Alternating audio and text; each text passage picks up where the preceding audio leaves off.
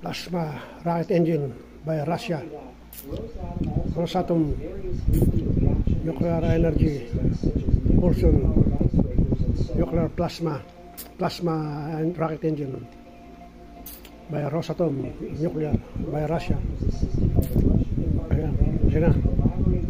Today is 30 September 2025. Tuesday, ito 9 o'clock in the evening.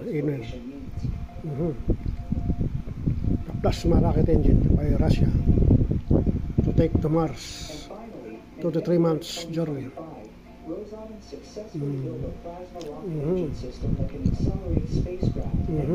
Rosatom.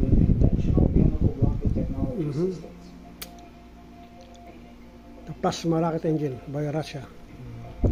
In fact, sometimes this Russian plasma rocket engine can reach the planet Mars, which is 225 million kilometers from Earth, in just 2 months. In just 2 months.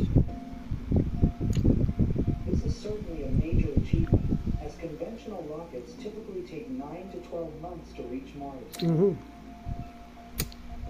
to 12 months to reach Mars. Rocket engine, plasma rocket engine. System is a plasma electric rocket concept based on a magnetic plasma Magnetic field. accelerator. IPD thruster.